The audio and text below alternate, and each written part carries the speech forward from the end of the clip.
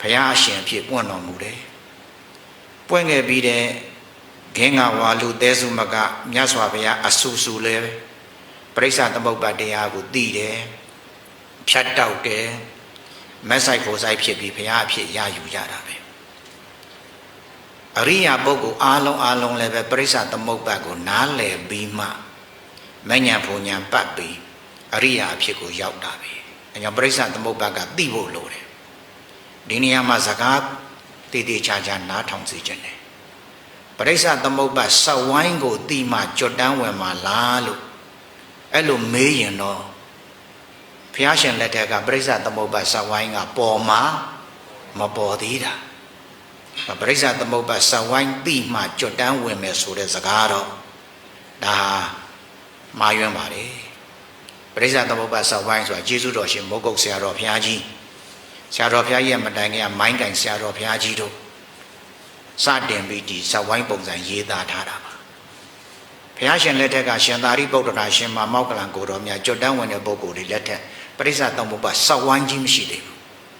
ဒါပေမဲ့ပရိစ္ဆသမုပ္ပါဒေသနာတော်ရှိရဲ့အဲ့ဒီပရိစ္ဆသမုပ္ပါဒေသနာကိုနားလည်ပြီးမှပဲအကြောင်းနဲ့အကျိုးနားလည်တက္ကာယဒိဋ္ဌိတတ္တရာဒိဋ္ဌိဥစ္စေတာဒိဋ္ဌိပြုတ်ပြီးတော့မဉ္ဇဉ်ဘုံဉဏ်ရတာဒါကြောင့်စကားလုံးလေးနှစ်ခုတဲတဲကွဲကွဲနားမလည်ရင်နောက်အခါမှာညင်းကြခုန်ကြလိမ့်မယ်ပရိစ္ဆသမုပ္ပါစဝိုင်းသိမှကြွတန်းဝင်တာလားလို့မေးရင်ပရိစ္ဆသမုပ္ပါစဝိုင်းမပေါ်ခင်ကာလကတော့ကြွတန်းဝင်တဲ့ပုဂ္ဂိုလ်တွေကပရိစ္ဆသမုပ္ပါဒေသနာကိုသိပြီးကြွတန်းဝင်တာ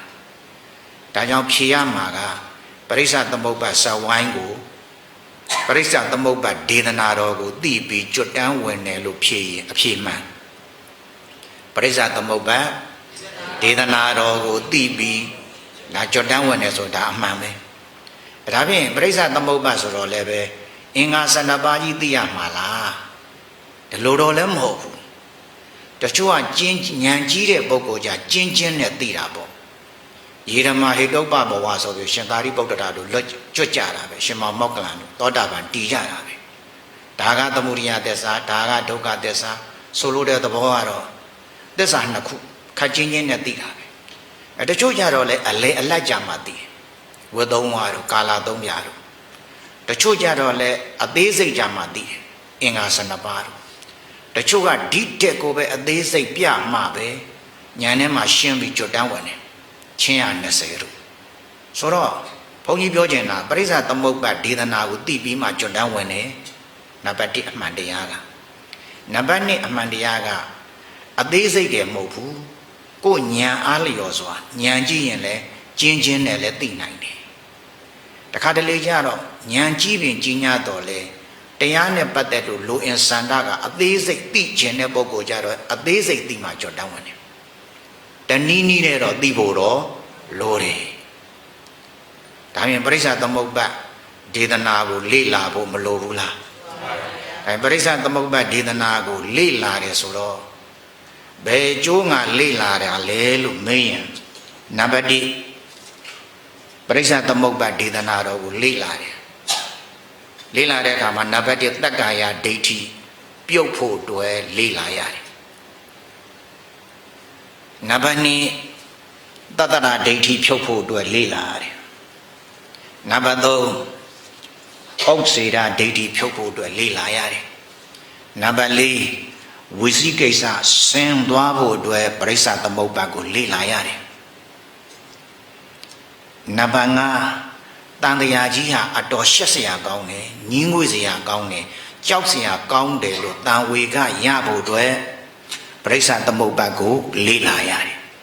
ဘယ်နှချက်ရှိသွားလဲ5ချက်နောက်တစ်ခုကဒီတန်တရားကြီးဘယ်သူဖန်ဆင်းတာလဲလို့တောင်တွေးမြောက်တွေးနေမှာဆိုလို့တန်တရားဟာဒီတို့ဒီပုံလဲနေတယ်လို့သိဖို့အတွက်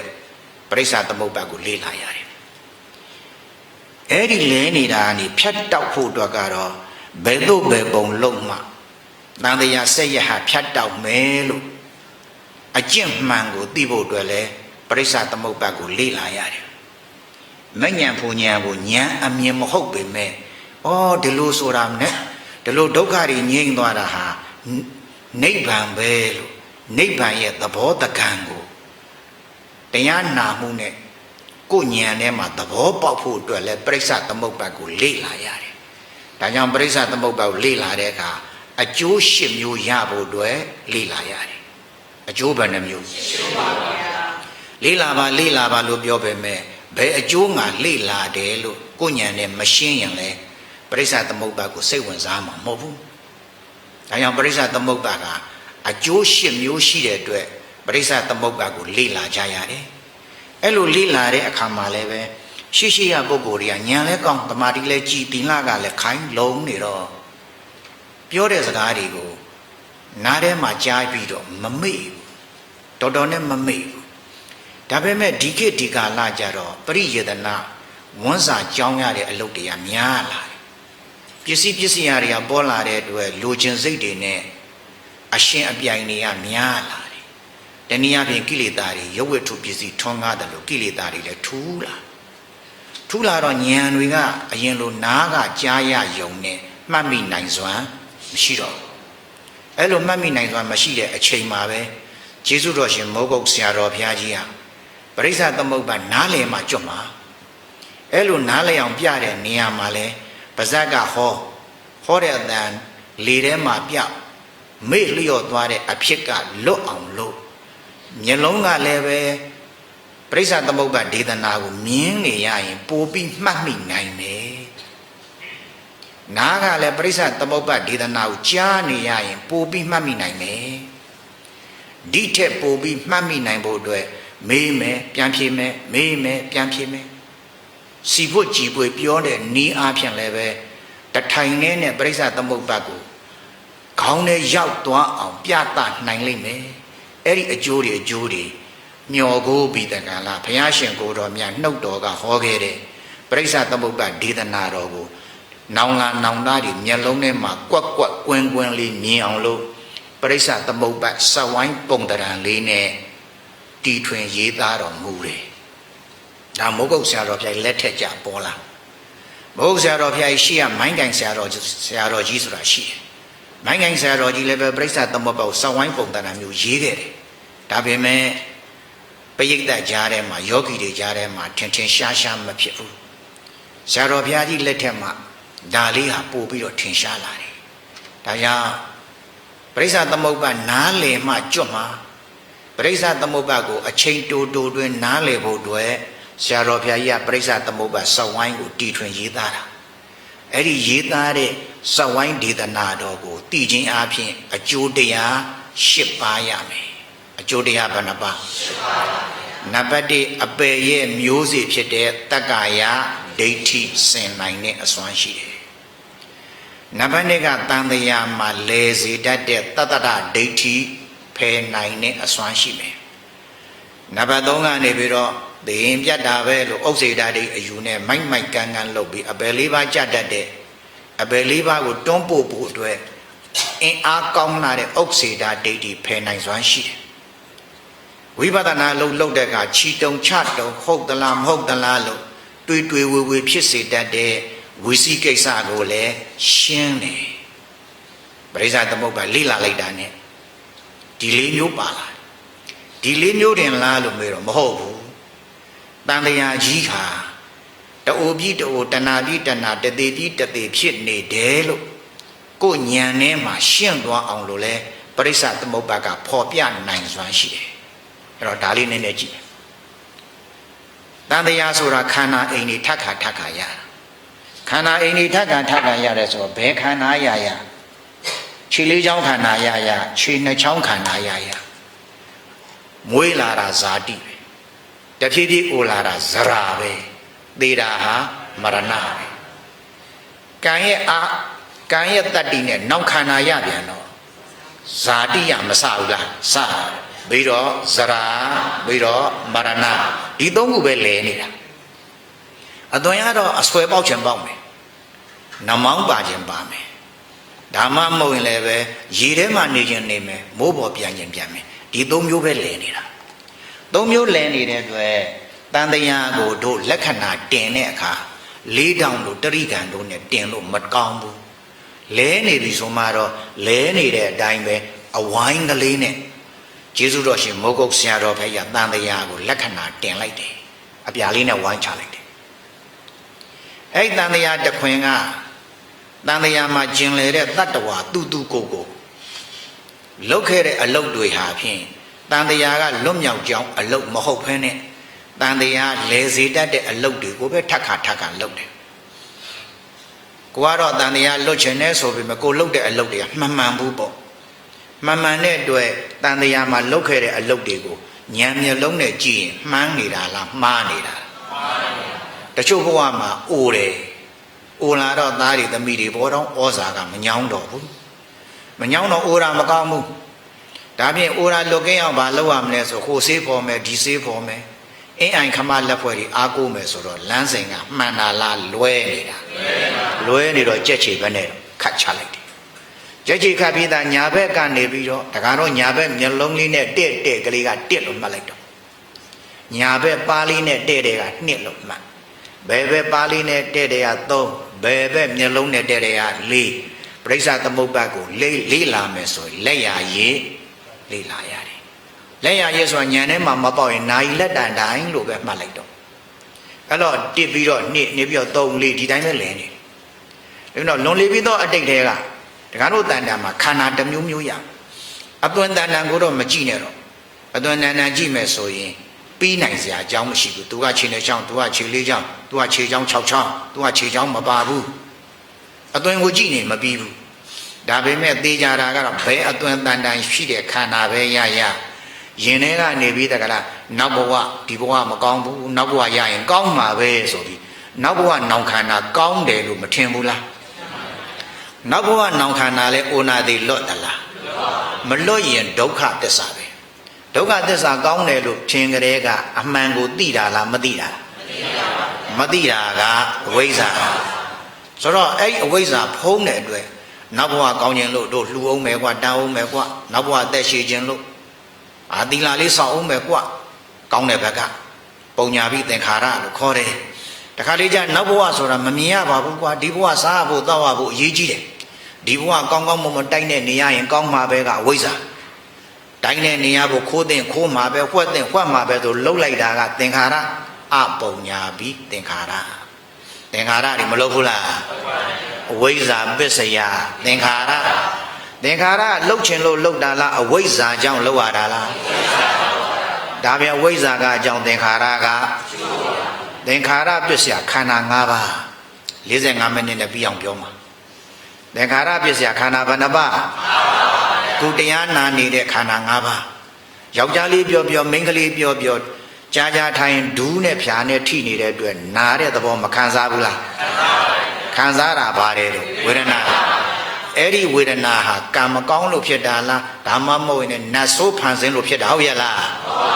ဒူးနဲ့ဖြာနဲ့ထိနေတဲ့ဘာကြောင့်ဒါပြန်ဖသကအကြောင်းဝေဒနာကကျိုးပေါ့ဘာနဲ့ပါတော့အကြောင်းနဲ့အကျိုးပဲဘုကုန်းကတော့အဝိဇ္ဇာလည်းအကြောင်းသင်္ခါရကကျိုးဘာနဲ့ပါတော့အရင်ဘဝတုန်းကလည်းအကြောင်းနဲ့ခုဘဝမှာလည်းဘာနဲ့ပါ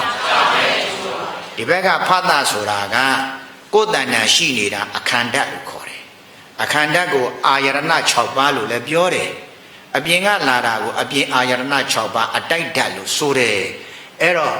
အတိုက်ဓာတ်နဲ့အခန္ဓာနဲ့ထိတာဖသဖြစ်ပေမဲ့ကိုယ်တဏ္ဍာအခန္မရှိရင်အတိုက်ဓာတ်ကဘလို့လာတိုက်เสียအကြောင်းဒါပြင်ဖသဖြစ်ဖို့အရေးမှာအပြင်အာယရဏနဲ့အတွင်းအာယရဏမှာအဲ့ဒီနှစ်ခုမှာဘယ်ဥစ္စာကအဓိကအတွင်းအာယရဏမျက်စိတွေနားတွေလျှာတွေကိုယ်တွေစိတ်တွေအတွင်းအာယရဏကပိုပြီးအဓိကကြတယ်သူမရှိရင်ဘယ်ကဘလို့လာတိုက်တယ်မရဘူးကိုယ်မှသာနားမပါခဲ့ဘူးဆိုဘယ်အတန်းလာကြားเสียအကြောင်းရှိဘူးဒါကြောင့်ဖသရဲ့အကြောင်းတရားဟာအတွင်းအာယရဏ6ပါးပဲဒါမြင်အာယရဏ6ပါးတခြားလားအကြောင်းလားဖသကတခါဖသကကြာဝေဒနာကအကျိုးတခြားလားတရားနာနေတဲ့ခန္ဓာလားပစ္စုပ္ပန်ခန္ဓာတရားမနာတဲ့ခန္ဓာလဲဒီတိုင်းပါပဲဒီမှာတရားနာနေတဲ့ပုဂ္ဂိုလ်မို့လို့ဒါဘုန်းကြီးကတရားနာနေတဲ့ခန္ဓာလို့ဘုန်းကြီးကနားပေါအောင်ပြောတာတရားမနာတဲ့ခန္ဓာကိုယ်အိမ်ကိုအိတ်နေတဲ့ခန္ဓာလဲဒီတိုင်းပဲလဲနေတာပဲ ဒီအာယရဏမျက်စိနားနာလျာကိုစိတ်ကလည်းလူသားအနေနဲ့အမိဝမ်းထဲမှာစပြီးပရိသန္တိနေရ6ခုသလုံးစုံနေတာလားလို့ပြောတော့မဟုတ်သေးဘူးဟဲ့အဲ့တော့အမိဝမ်းထဲမှာဖြစ်တဲ့ဖြစ်စဉ်ကိုပြန်ကြည့်လိုက်ရင်အမိရဲ့အသွေးသားအဖရဲ့အသွေးသားနဲ့ပေါင်းပြီးတော့ရေမြုပ်သားတစ်ခက်မှ9ပြတဖြည်းဖြည်းကြီးပြီးယတ္တတ28ပတ်ရောက်မှဒီအာယရဏ6ပါးစုံတာအဲ့တော့အမိအဖအသွေးသားရေမြုပ်သားတစ်ကိုတရုပ်ခွဲလိုက်ရင်ကင်လို့တွယ်လို့ရတာကယုတ်တရားကင်လို့တွယ်လို့ရတာကအမေကအပူတွေစားလို့အေးတွေစားလို့အတွင်းကတန်တေသားလေးတွန့်ကနေခံစားတတ်တဲ့သဘောလေးကကင်လို့တွယ်လို့ရသလားမရပေမဲ့မရှိကောမရှိဘူးလားရှိပါတယ်ကင်လို့မရရုပ်မဟုတ်ပေမဲ့ရှိနေတဲ့နောက်ခံစားတတ်တာပါတယ်လို့နန္တရားဒါပြင်ဒီနံယုတ်ကတဖြည်းဖြည်းကြီးလို့အာယရဏဖြစ်တာဒါပြင်နံယုတ်ကအကြောင်းအာယရဏကအကြောင်းနဲ့အကျိုးအတိတ်တုန်းကလည်းဘာနဲ့ပါအကြောင်းနဲ့အကျိုးပဲအခုပစ္စုပန်မှာလည်းဘာနဲ့ပါအပြင်မှာလည်းမဟုတ်ဘူးဝမ်းကြလိုက်တဲ့ရောက်နေပြီနော်ဝမ်းထဲမှာဖြစ်နေတဲ့အကြောင်းနဲ့အကျိုးပဲဒီဘက်ကနံယုတ်ကဘာကြောင့်ဖြစ်တာလဲလို့မေးတော့ဟိုဘက်ကပထမဦးဆုံးဖြစ်တဲ့ဝိညာဉ်ပရိသန္တိဝိညာဉ်လေးကြောင့်ဒီဝိညာဉ်အကူမပါရင်အမေအသွေးသားအဖေအသွေးသားဟာပုတ်သွားတတ်တယ်ကိုယ်နဲ့ကန်ဆက်မဲ့ပုဂ္ဂိုလ်ရဲ့ပရိသန္တိဝိညာဉ်အကူကြောင့်အဖေအသွေးသားအမေအသွေးသားနဲ့တွေ့ပြီးတဖြည်းဖြည်းကြီးပြီးနံယုတ်ဖြစ်တာဒါဖြင့်နံယုတ်ရဲ့အကြောင်းကဘာလဲတော့ဒါဖြင့်အခုတရားနာနေတဲ့ပုဂ္ဂိုလ်တ attva ယောက်ျားမိန်းမမတ်ဖြူမတ်နီဖြောက်ပြီးတော့တကယ်အရှိသဘောတွေပြောကြဆိုတရားဘယ်နှမျိုးဘာတွေပါလဲဝိညာဉ်နံယုတ်သလယေရဏပါတဝေဒနာဆိုတော့ဒီခန္ဓာ၅ပါးဟာနာရင်နဲ့တရပိတရမအိုဘူးလားအိုပါတယ်ဗျာအိုရကကြာလာတော့မနာဘူးလားနာပါတယ်တစ်ချိန်မသေးဘူးလားဩဒါပြင်ရတာတခြားလားအိုနာသေးလားအိုနာသေးပါအတိတ်ကအဝိဇ္ဇာသင်္ခါရလုပ်ပြီးဒီနာလေးမှာစုတည်စိတ်ကြပြီးမသေးဘူးလားသေပါတယ်နောက်ဘဝခန္ဓာရတော့လဲအိုဒတ်နာတတ်တဲ့ခန္ဓာ၅ပါးမရဘူးလားရပါတယ်ဒါဖြင့်ဒီဘက်ဘဝအိုနာသေးဖြုတ်ချပြီးနောက်ဘဝအိုနာသေးရနောက်ဘဝအိုနာသေးဖြုတ်ချပြီးဟိုနောက်ဘဝအိုနာသေးရအဲ့လိုနဲ့ဒုက္ခတွေဆက်နေတာတခြားလားတန်တရားလားတန်တရားပါဗျာဒါပြင်တန်တရားဟာစကတန်လေးနုညံ့ပေမဲ့လို့အိုနာသေးတွေထက်ခါရနေတော့ပျော်ရွှင်ပွေရလားညီးငွေပွေရလားညီးငွေပွေရကြောက်เสียမကောင်းဘူးလားဟောပရိစ္ဆာသမုပ္ပါကိုရေပူရာဖြင့်နားလေလိုက်တာနဲ့တန်တရားကြီးဟာကြောက်เสียကြီးပဲလို့သဘောပေါက်လာတယ်ဟိုအဘိညာဉ်တွေဘာတွေရအောင်လုပ်နေလမ်းရှည်လွန်းလို့ပုဂ္ဂိနိဝါဒနုတ္တိဘိညာဉ်တွေနဲ့ဒိဋ္ဌစကုဘိညာဉ်တွေနဲ့ဘဝတွေရှေ့ပြန်နောက်ပြန်ဟိုမှာအိုနာသေးဒီမှာအိုနာသေးအဲ့ဒါရှည်တယ်ကိုတော့ပရိစ္ဆာသမုပ္ပါနားလေလိုက်တာနဲ့ဟောတခါနာပြီးတခါနာရပြီးအိုနာသေးတွေဇက်ကရနေတာတန်တရားလို့သိလိုက်တော့တန်တရားမှာပျော်ခြင်းသေးသလားညင်းငွေတာလားညင်းငွေပါဒါကြောင့်ပရိစ္ဆာသမုပ္ပါကိုလေ့လာတဲ့အခါတန်တရားရဲ့ကြောင့်မဲ့စရာတွေတန်တရားညင်းငွေစရာတွေလည်းသိလာတယ်လို့ခုနကတော့ပြောနေတာအတိတ်တုန်းကလည်းပုဂ္ဂိုလ်တ attva မှာပါအကြောင်းနဲ့အကျိုးအမိဝမ်းထဲမှာလည်းပုဂ္ဂိုလ်တ attva မှာပါအကြောင်းနဲ့အကျိုးဒီနာလေးတွေတက်ပြနေတာအပြင်ဘက်ကိုရောက်လာပြန်တော့ဒီဘက်ကိုနည်းနည်းပြတာအပြင်ဘက်ကိုရောက်လာတော့ဘာနဲ့ပါပုဂ္ဂိုလ်တ attva ယောက်ျားမိန်းမမဟုတ်ဘူးလို့သိတော့တက္ကာယဒိဋ္ဌိကမစင်ဘူးလားပရိစ္ဆာသမုပ္ပါလေးလာလိုက်တာနဲ့တက္ကာယဒိဋ္ဌိလည်းစင်သွားတယ်တန်တရားကြီးရဲ့ဆိုးဝါးရုပ်မှာကိုလည်းပဲဉာဏ်အမြင်အားဖြင့်သဘောပေါက်လာတယ်အတိတ်တုန်းကဝိဇ္ဇာသင်္ခါရလုပ်ပြီးဒီနာမှာစုတည်စိတ်ကြဒီဘက်ကနေပြီးဝိညာဉ်နဲ့ဥတ္တလာယနာဖတ်တာဝေဒနာခန္ဓာ၅ပါးအသစ်ဖြစ်တယ်ဒါဖြင့်အဟောင်းတွေကချုပ်ပြီးတော့အသစ်တွေမဖြစ်ဘူးလား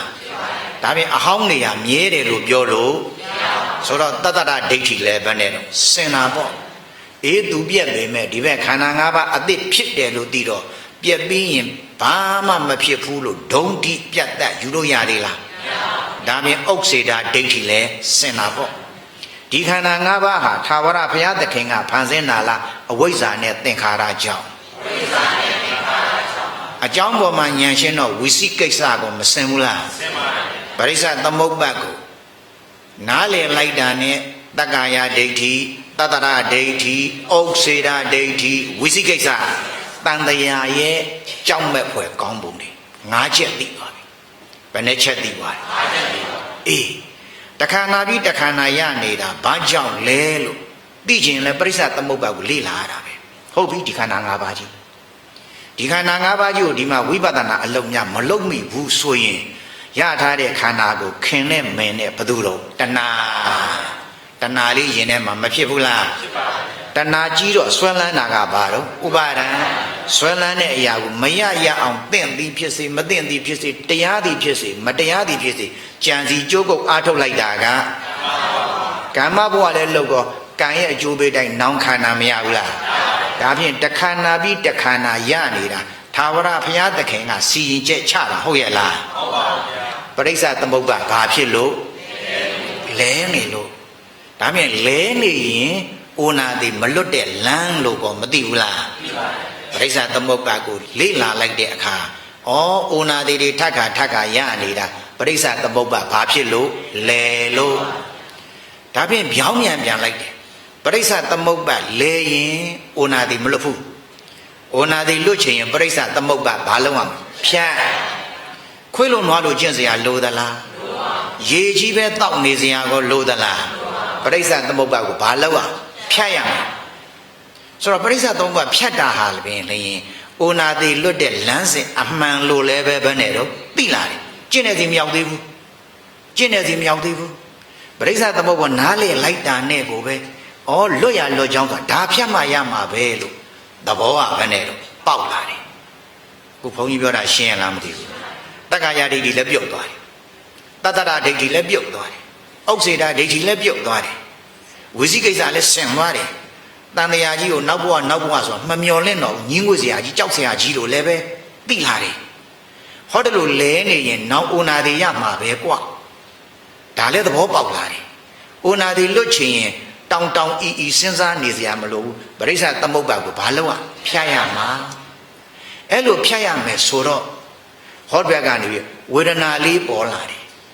ဝေဒနာ၃မျိုးကသူ့ဟာသူအကြောင်းတင့်တယ်လို့ပေါ်လာတော့ပေါ်လာတိုင်းသိဖို့အတွက်တတိဆိုတဲ့တရားလေးကမလိုဘူးလားလိုပါဗျာတန်တရားကလွတ်ချင်ရင်တတိဆိုတဲ့တရားလေးလည်းလိုတယ်တဲ့ဒီဝေဒနာလည်းပဲတခါတလေမှပေါ်တာလားဇက်တိုက်ပေါ်နေတာလားဇက်တိုက်ပေါ်နေတာကိုသိဖို့အတွက်ကြပြင်းနေလို့ရပါမလားဒါဖြင့်ဝရိယလို့ခေါ်တဲ့ဝါယမလေးလည်းလိုတယ်ဒီဝေဒနာကတခြားမှာဖြစ်တာလားခန္ဓာမှာဖြစ်တာဒါဖြင့်ကိုယ်ခန္ဓာကနေဉာဏ်လေးဘေးမလွန်ပဲနဲ့ကိုယ်ခန္ဓာလေးမှာငြိမ်လေးတည်ကြည်ဖို့ကမလိုဘူးလားအဲ့ဒါတခြားလားတမာတိလားဖြတ်တော့ဖြတ်မယ်ဖြတ်မဲ့တရားတွေမှာဘာတွေပါရမလဲဆိုတာလဲပရိစ္ဆသမုပ္ပါစောင့်ဝိုင်းဒေသနာကိုသိထားတော့သဘောမပေါက်ဘူးလားအားလုံးသဘောပေါက်ရဲ့လားမင်းနော်ဆိုပြီးတခါလားဟုတ်ပြီတရားတို့အားထုတ်ကြတဲ့အခါဟောဒီဝေဒနာကနေဒီတဏှာကူးရင်တန်တရားလဲတယ်တဲ့ဒါပေမဲ့ခက်တာကဟောဒီဝေဒနာကြီးဖြစ်လာရင်လေနာလိုက်တာကျင်လိုက်တာကြောက်လန့်နေတတ်တယ်မကြောက်မလန့်အောင်ဒါဟာအကြောင်းနဲ့အကျိုးပဲငါမဟုတ်ဘူးလို့သိထားဖို့ကမလိုဘူးလားအဲ့လိုသိတာတမာဒိဋ္ဌိအဲ့လိုသိတာဘာတော့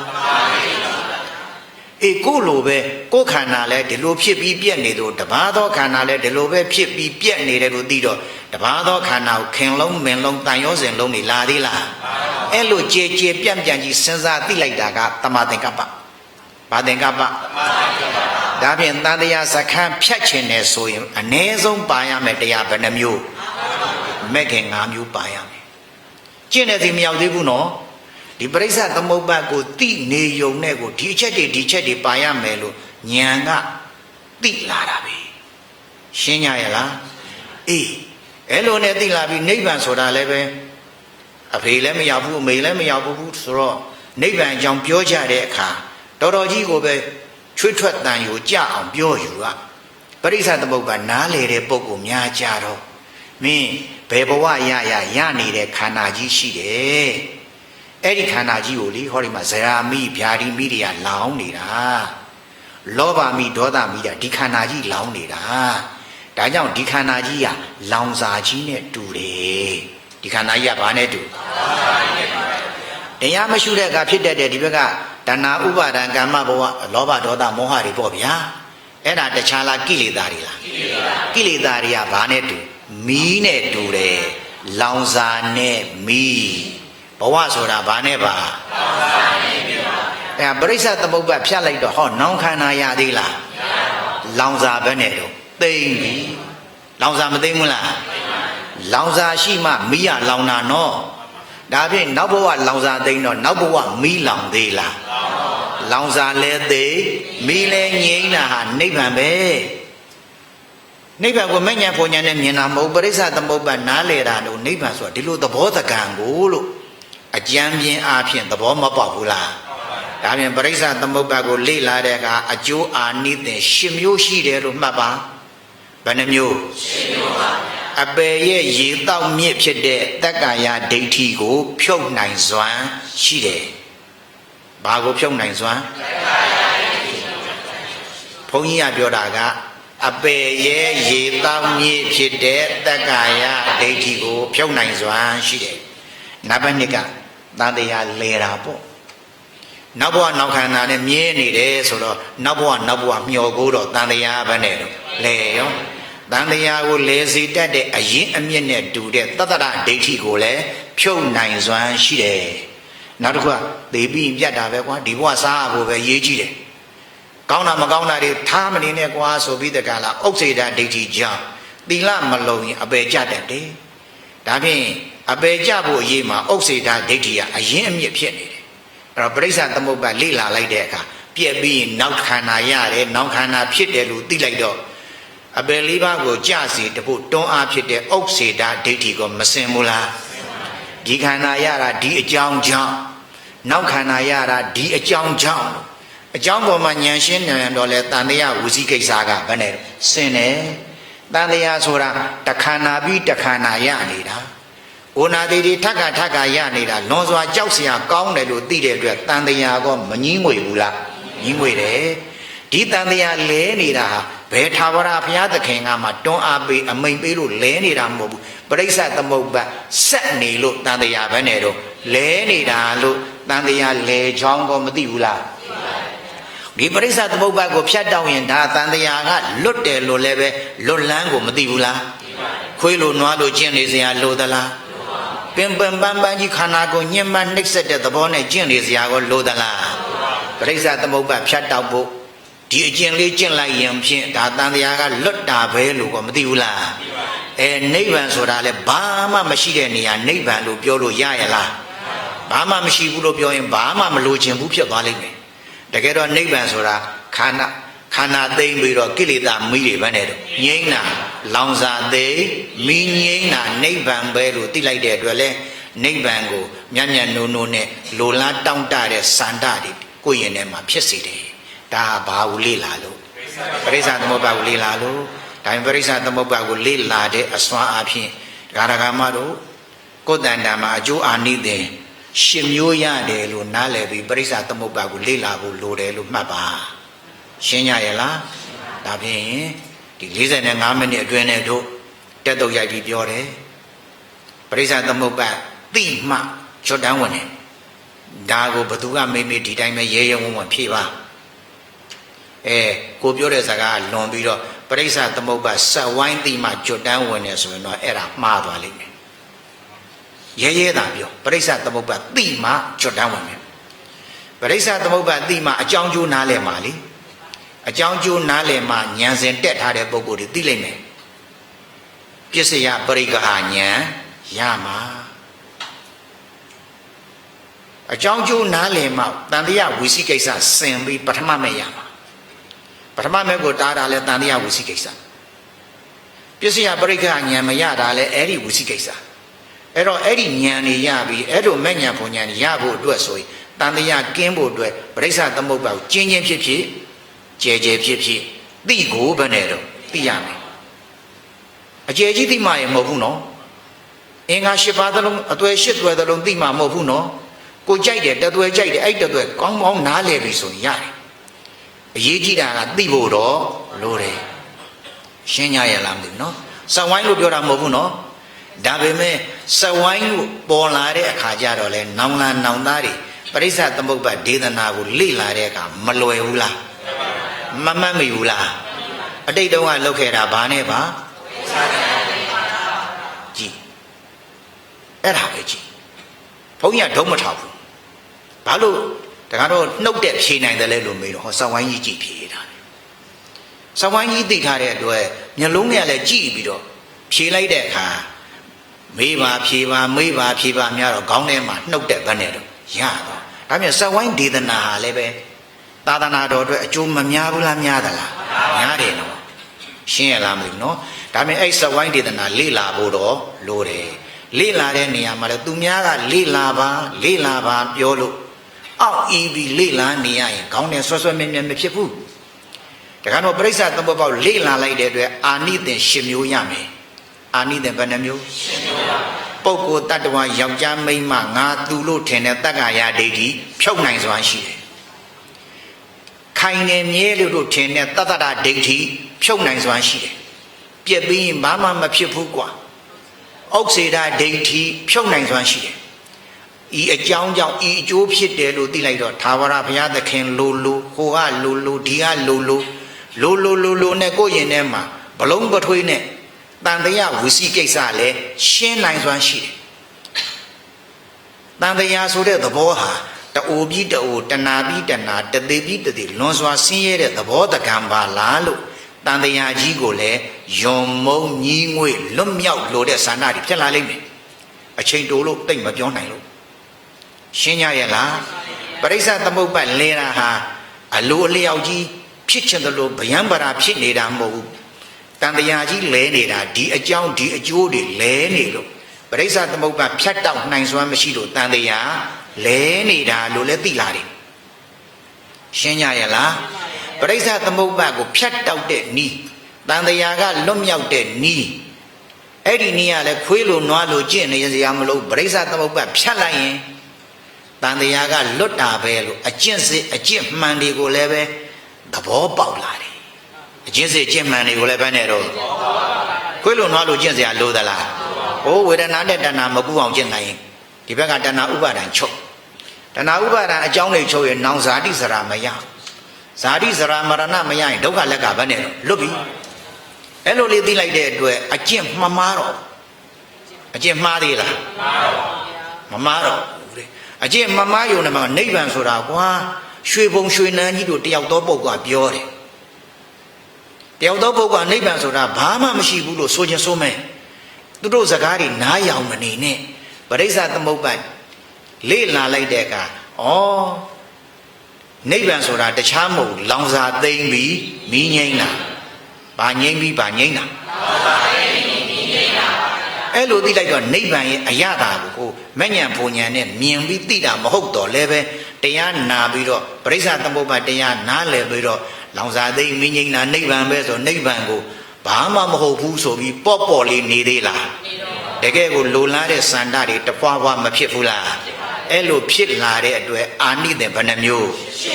10မျိုးရအောင်ပရိစ္ဆသမုပ္ပါဒ်ဒေသနာကိုလေ့လာရသည်ဟုမှတ်ယူကြစေကုန်သတည်း